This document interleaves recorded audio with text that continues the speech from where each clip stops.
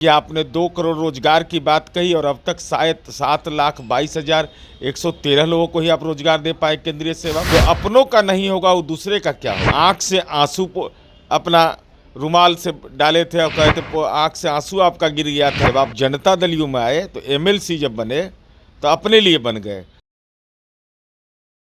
प्रधानमंत्री नरेंद्र मोदी ने कल मन की बात को संबोधित किया और अध्यात्म को लेकर ज़्यादा चर्चा की। ऐसे में जनता दल यूनाइटेड के मुख्य प्रवक्ता नीरज कुमार हैं। नीरज जी, मन की बात कार्यक्रम को लेकर आप लोगों को भी आशा होगी कि प्रधानमंत्री कुछ बोलेंगे।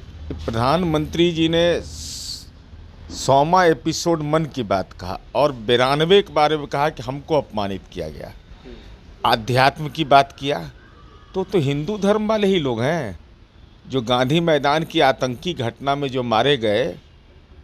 भरत रजक, इंद्रदेव चौधरी जो भाजपा के कार्यकर्ता थे, 13 में बेचारे की दुखद मौत हो गई और 10 वर्ष में कोई उनका सूद लेने नहीं गया। तो कैसा अध्यात्म है, ये कैसा अध्यात्म है कि आपने 2 करोड़ रोजगार की बात कही और अब तक शायद 7,22,113 लोगों को ही आप रोजगार दे पाए केंद्रीय सेवा में, वो भी हिंदू। उसमें कितने हिंदू हैं हम नहीं जानते। तो भाई ये अध्यात्म क्या, भूखे भजन न होई गोपाला।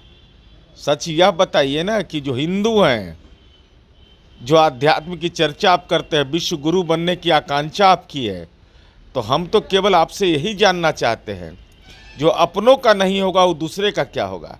आपके दल के कार्यकर्ता मारे गए थे, गरीब लोग हैं, 6 परिवार था, उनको तो नौकरी दिया नहीं, कहे थे परवरिश करेंगे। आंख से आंसू अपना रुमाल से डाले थे और कहे थे आंख से आंसू आपका गिर गया था।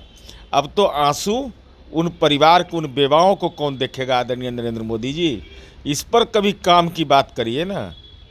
उपेंद्र कुशवाहा ने शिविर में कहा कि नीतीश कुमार भैंस पर बैठ चुके हैं और वो भैंस अब डूब जाएगी।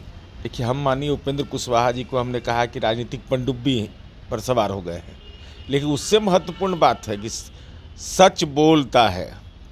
माननीय उपेंद्र कुशवाहा जी, आपकी उपस्थिति में आपकी पत्नी, चूँकि राजनीति में तो आप कहते थे कि भाई परिवारवाद ये सबसे बहुत ऊपर थे, लेकिन मैं नहीं समझ पा रहा कि भाई पत्नी का क्यों लॉन्चिंग हुआ कल राजनीति में, इसका क्या मतलब है, इसके क्या निहितार्थ है वो बताएंगे।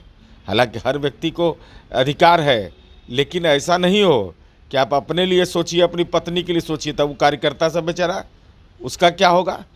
क्योंकि आपका काम करने का जो तरीका रहा है, जब आप जनता दल यू में आए तो एमएलसी जब बने तो अपने लिए बन गए, जो आपके फॉलोअर थे वो बेचारे वही रह गए।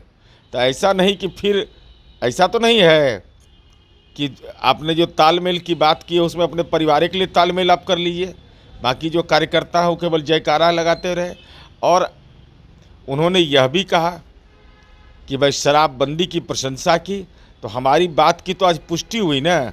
हम कहते थे कि अपनी पत्नी या बच्चों से लिखवा के दो जो लोग शराबबंदी की आलोचना करते हैं, तो अगर कभी आलोचना करिएगा तो आपकी पत्नी का दिया गया बयान आपका भूत के जैसा पीछा करता रहेगा। मतलब उनकी पत्नी ने जो बयान दिया आप उसका स्वागत कर रहे हैं? अरे बिल्कुल, वो हर महिला की आवाज़ है, हर महिला और बेटा बेटी की आवाज़ है कि शराबबंदी एक सक्षम कार्रवाई है, उसको सफल बनाना है, लेकिन जो राजनैतिक रूप से पीड़ित लोग हैं उनके लिए आईना है।